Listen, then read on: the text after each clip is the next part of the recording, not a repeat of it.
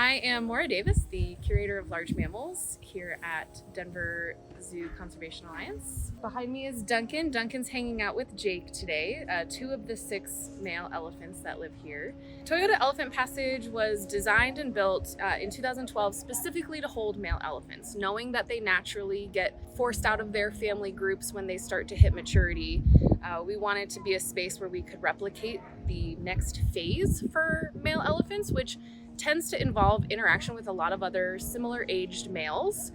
And they don't live together all the time. They don't make up a huge herd like you would see in the matriarchal groups.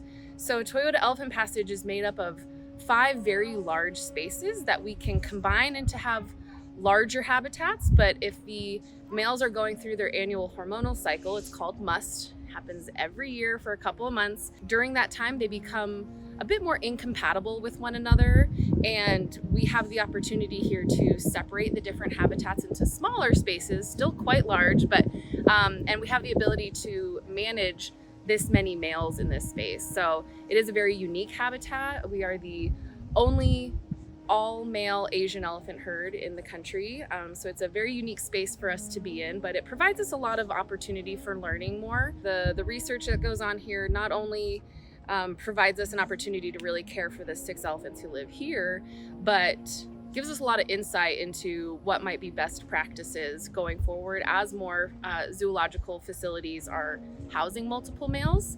So we do research on their behavioral needs and social needs. So we work very closely in observing all of their interactions and using that data to help us guide what we're going to do the next day or the next week. We also provide to the community with opportunities to support EEHV research. Throughout each week, we teach each elephant different behaviors, and one of the things that we focus on is being really comfortable allowing us to take a large volume blood sample to support elephants across the country that might need it. We also provide samples for artificial insemination and learning more about advanced reproductive technologies.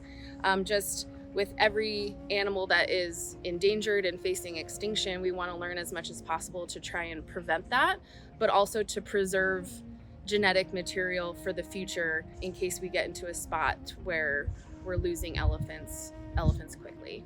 The style of training we use with the elephants here is really focusing on positive consequences. So if the elephant does something incorrectly, we simply ignore it. They don't know what the word no is, and we focus on rewarding the behavior we want to see again in the future. So it's a really fun way for the elephants to work with us in a very stress-free, very collaborative and cooperative way. The different behaviors that we teach the elephants really help us take better care of them physically and mentally.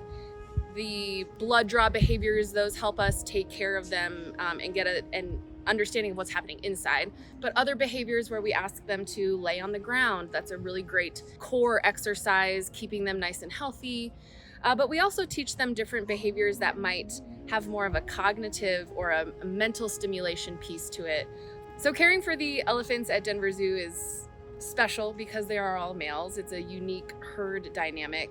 And we hope that people will join us here at Denver Zoo Conservation Alliance and come in and see the amazing elephant herd we have here, learn more about how you can protect the species and join our conservation efforts worldwide and help us celebrate Asian Elephant Awareness Month.